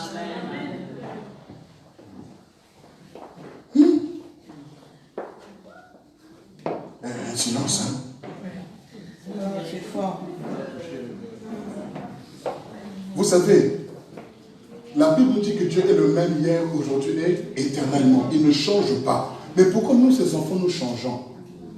Écoutez-moi bien. Même si vous faites du bien à un membre de votre famille et la personne ne reconnaît pas le bien, vous ne le faites pas pour qu'il vous remercie. Vous le faites par rapport au principe de Dieu.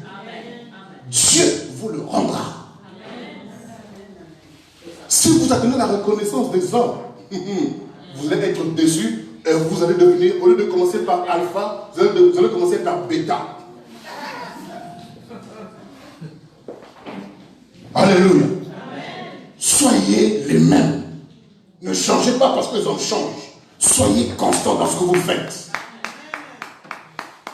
Soyons constants. Même si tu me rends ça par le mal, c'est ton problème. Parce que ce que tu me rends, ce n'est pas ma récolte.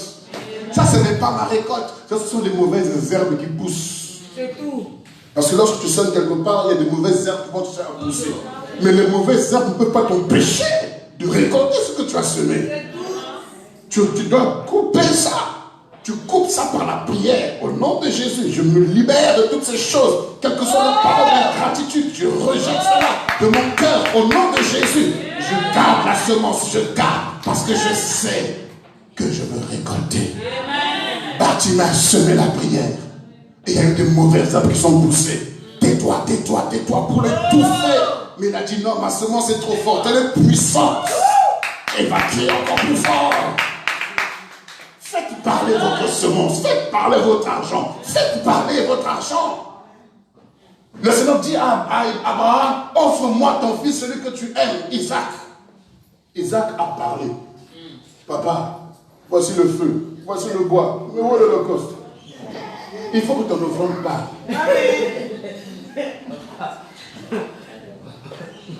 La Bible nous dit que ceux qui seront semés avec l'arbre. Mais je n'ai vu personne venir pleurer ici en donnant son offrande. Personne. Je voudrais voir un jour quelqu'un qui va pleurer ici. Il n'y a pas d'amen à ça. Il n'y a pas de candidat. J'aimerais bien que Dieu vienne dire à quelqu'un, tout ton épargne, amène ça là-bas. Là, tu dis, arrière de moi, Satan. L'Esprit de Dieu revient encore pour te dire, ton épargne, amène ça là-bas pour mon œuvre. Arrière de moi, Satan. Ton épargne, amène ça là-bas. Je veux voir des cris comme ça. Moi, j'aimerais bien voir ça ici. Pour que ce psaume-là s'accomplisse.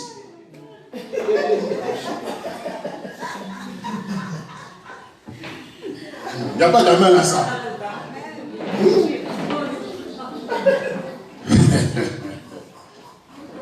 Vous voyez, Dieu vous dit, qu'est-ce que vous voulez que je fasse? Mais nous, il faut qu'on provoque Dieu. L'offrande que tu as là prévue, ce n'est pas suffisant. Ajoute ce que tu as gardé là-bas. Prends tout, ramène. Moi-même, je vous dis ça, j'ai expérimenté ça. Des offrandes avec l'âme. Mais on ne va pas les là. Tu vois seulement, tu vois comme si tu étais là l'enterrement. Tu vas enterrer l'enveloppe. Et tu regardes encore le panier, tu dis vraiment.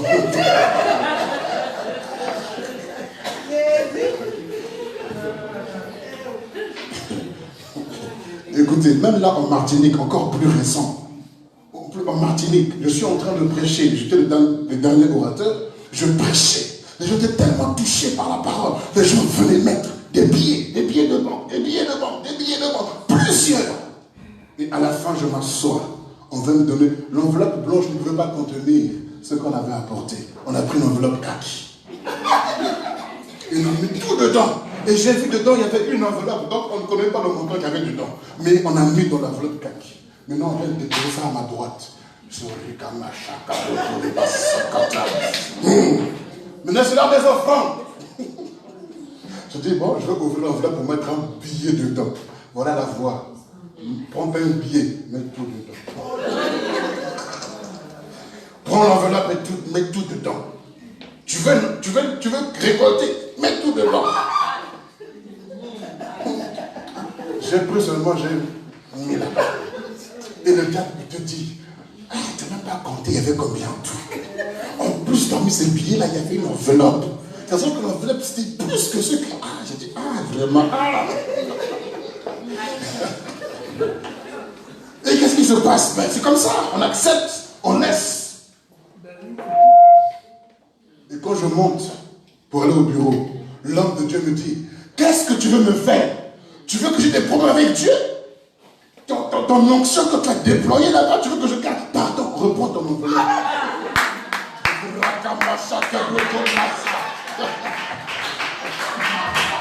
Je dis, voilà un Isaac.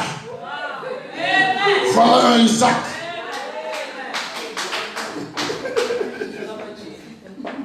Imaginez-vous, si je n'avais pas obéi, j'allais sortir de là plus pauvre que j'étais rentré.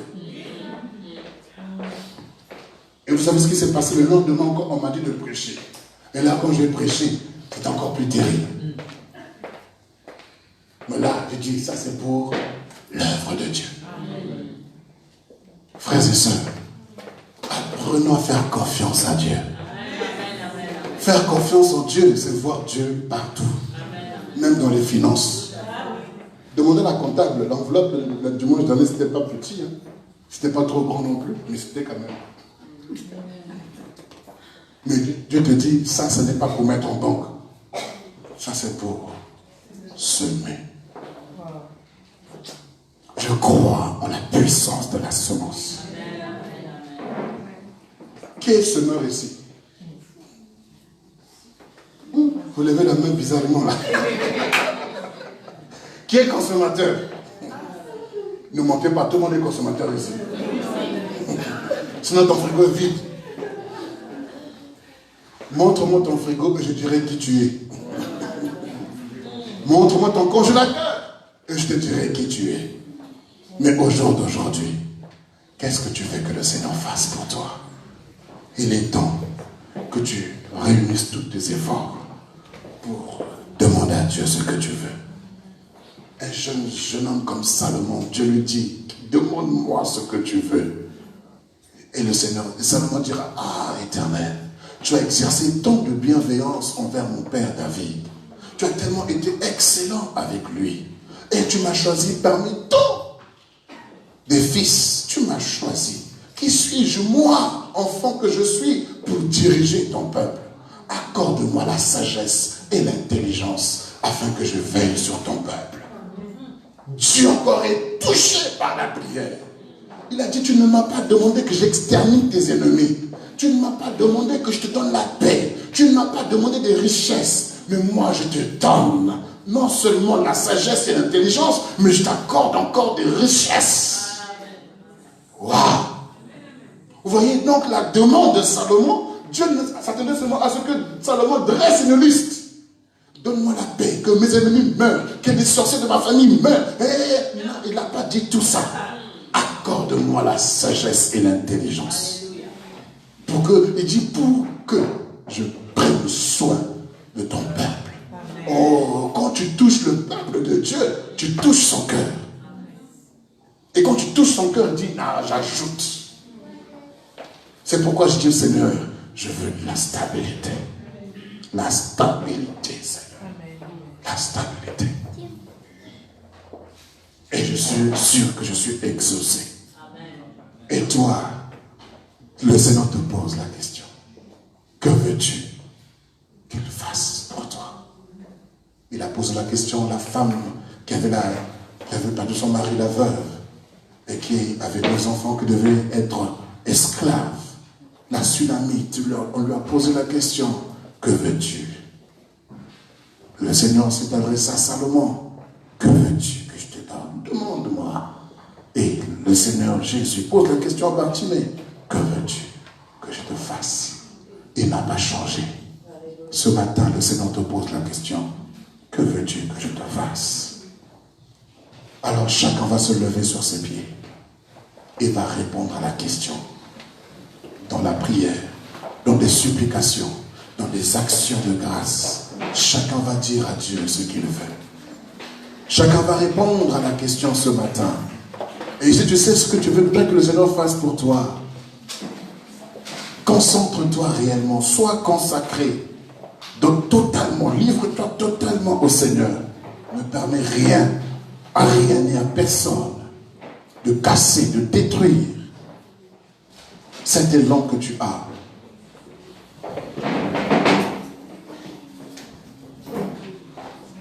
La question t'est posée ce matin. Que veux-tu que je ne fasse? Alors, j'aimerais que tu élèves la voix vers le Seigneur. J'aimerais que tu prennes quelques minutes de prière. Je veux entendre l'Église prier ce matin. C'est une question qui t'est posée de la part de Dieu.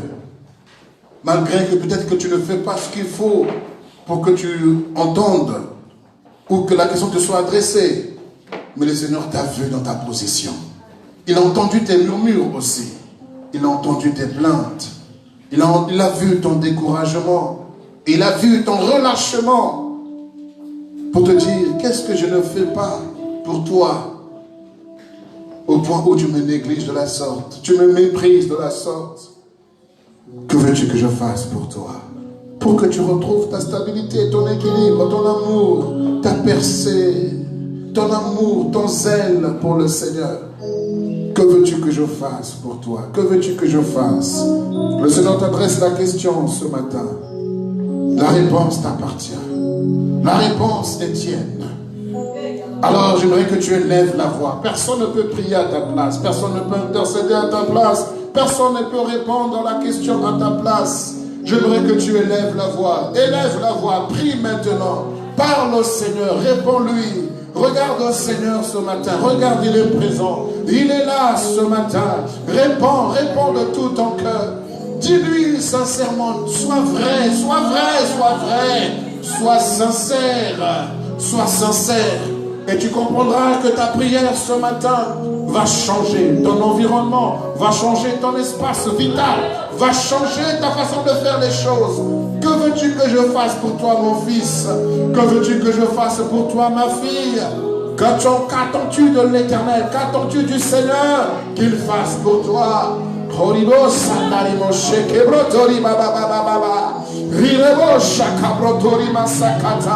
Élève la voix. Tu sais ce dont le Seigneur est capable. La Bible dit de lui que rien ne lui est impossible. Rien n'est impossible à Dieu. Rien n'est impossible à l'Éternel, ton Dieu. Il est capable de tout. Il est capable. Il est souverain. Il est capable. Il est souverain. Il est souverain, l'Éternel, ton Dieu. Il est souverain, l'Éternel, ton Dieu. Rien ne lui est impossible. Il a dit à Sarah, n'y a-t-il rien qui soit étonnant de la part de l'Éternel? N'y a-t-il rien qui soit étonnant de la part de l'Éternel, ton Dieu? C'est une question qui est intime, une question qui est profonde, une question qui est personnelle, une question qui t'est adressée individuellement. Réponds à l'Éternel ce matin. Oh, réponds-lui sincèrement. Dis-lui, Seigneur, ce que je veux. Ôte la honte de ma vie. Ôte la confusion. Qu'est-ce que tu voudrais qu'il fasse pour toi? De quoi as-tu besoin? Qu'est-ce que tu désires? À quoi aspires-tu? À quoi est-ce que tu aspires? Tu aspires à quoi? Tu aspires à quoi? Tu t'attends à quoi de la part de l'Éternel?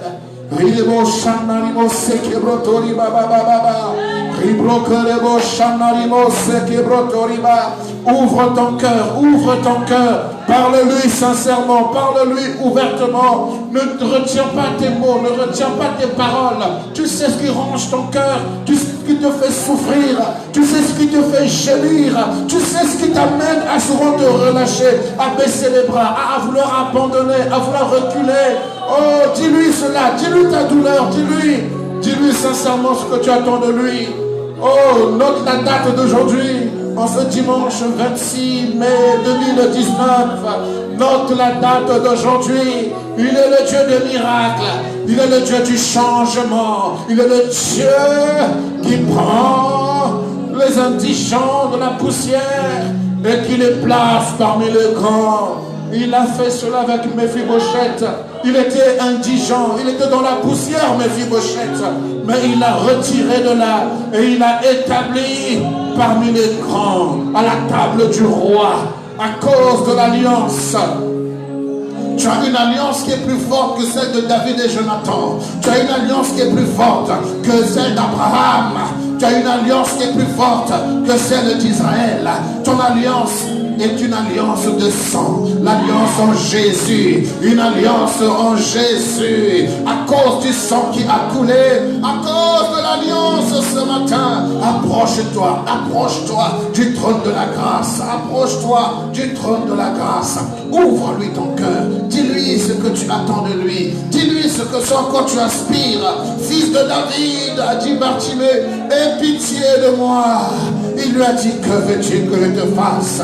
Il lui a dit, maître, il lui a dit, Rabboni, que je recouvre la vue. Reconnais qu'il est maître, reconnais qu'il est Seigneur, reconnais qu'il est Dieu, reconnais qu'il est Sauveur, reconnais qu'il est le Messie, reconnais qu'il est ton Dieu, reconnais qu'il est souverain, reconnais qu'il est l'alpha et il est l'oméga, reconnais que rien ne lui est impossible, reconnais sa grandeur, reconnais sa puissance, reconnais sa suprématie. Bartimée a dit Rabbi. Il a dit Rabbi, qui signifie maître. Il est plus que maître, il est Seigneur, il est le Seigneur des seigneurs, le Dieu des dieux, le roi des rois, le tout-puissant, le véritable, que je recouvre la vue par ta grandeur, par ta puissance. Cette femme, la Sunamite, a élevé Géasi pour élever Élisée, pour le mettre dans la chambre haute. Élève le Seigneur, élève-le au-dessus de tes problèmes, élève-le au-dessus des trônes, élève-le, élève-le. Horibo Shanare Maché, Rabroto Kandarimo Shakabro, Rike Brotori Bababa, Rebrotoribo Saka. J'élève ton nom bien haut, Seigneur. Je te lève au-dessus de 1 million. Je te lève au-dessus de des milliards. Je t'élève au-dessus de tout ce que l'on peut nommer, de tout ce que l'on peut chiffrer. Je t'élève au-dessus. Je t'élève, Seigneur. Tu es mon Dieu, tu es mon roi. Je dépends de toi. Stabilise-moi, Père. Stabilise-moi. Stabilise-moi, Seigneur. Stabilise-moi. Équilibre-moi dans ma foi. Équilibre-moi dans ma vie de prière. Équilibre-moi dans la parole. Équilibre-moi dans ma communion, dans mon intimité avec toi. Équilibre-moi dans la sainteté, dans la crainte de ton nom. Équilibre-moi dans la sagesse. Équilibre-moi dans l'intelligence.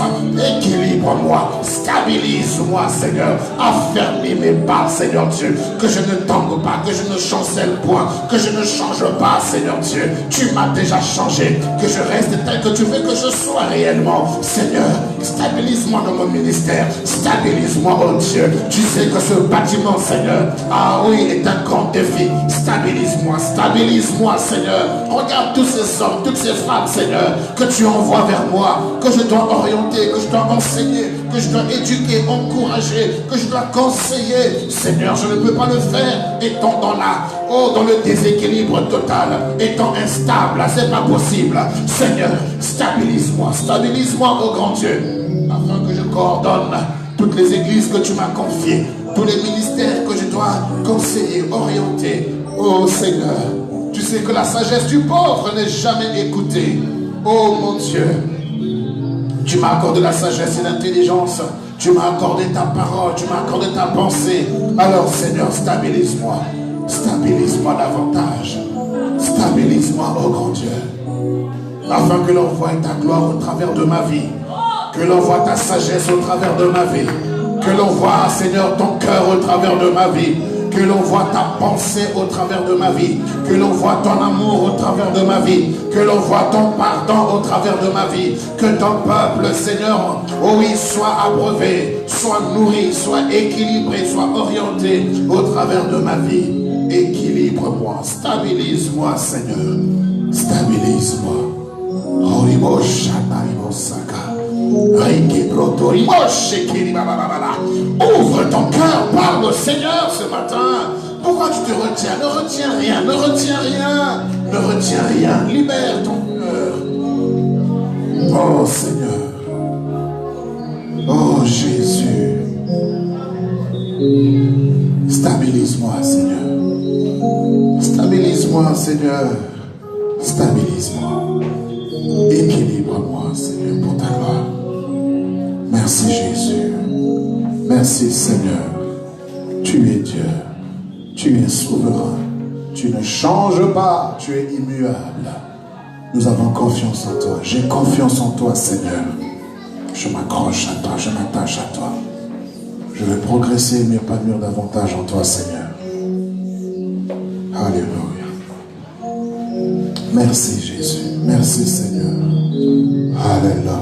Merci, Seigneur. Si tu es convaincu, comme la Sunamite a été exaucée, elle a vu l'année suivante un fils. Cette femme qui ne pensait pas avoir de solution, au travers d'un petit flocon d'huile, un petit flacon d'huile, du moins, plusieurs bouteilles, des tonneaux ont été remplis et une entreprise est née à partir de demande-moi ce que tu veux. La Sunamite a vu un fils l'année suivante. Bartimée a recouvré la vue.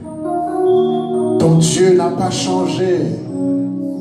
Si tu lui dis ce que tu veux réellement de tout cœur, continue de prier pour cela. Observe ta prière. Suis ta prière. Veille sur ta prière que tu as faite ce matin. Et tu le verras s'accomplir. Tu témoigneras la grandeur de ton Dieu. Tu témoigneras sa fidélité. Tu témoigneras son toucher. Il est le Dieu qui agit dans la simplicité. Il est le Dieu qui agit dans la douceur. Pas besoin forcément de faire du bruit, de l'agitation, mais il agit. Si quelqu'un ce matin a pris l'engagement de devenir un semeur, pas seulement consommateur, mais un semeur, tu vas poser des actes aujourd'hui. Et tu vas commencer à dire au Seigneur, conduis-moi dans mes finances. Quels sont les terrains vers lesquels tu souhaiterais que je sème, Seigneur? Apprends-moi à être un semeur. Au nom de Jésus. Alléluia. Alors, s'il y a des semeurs, des gens qui veulent être des semeurs ce matin, et le Seigneur t'a parlé, au-delà de ton offrande, tu vas faire une semence à Dieu. Tu vas te préparer en conséquence. Et s'il y a des gens qui se disent, Seigneur, je veux aller prendre mon compte épargne. Seigneur, je veux faire ceci ou cela pour toi. Fais-le pour sa gloire. Et si vous avez vos dîmes également, apportez cela librement ce matin. Alléluia. Préparons notre offrande, préparons nos dîmes et apportons cela librement dans sa maison.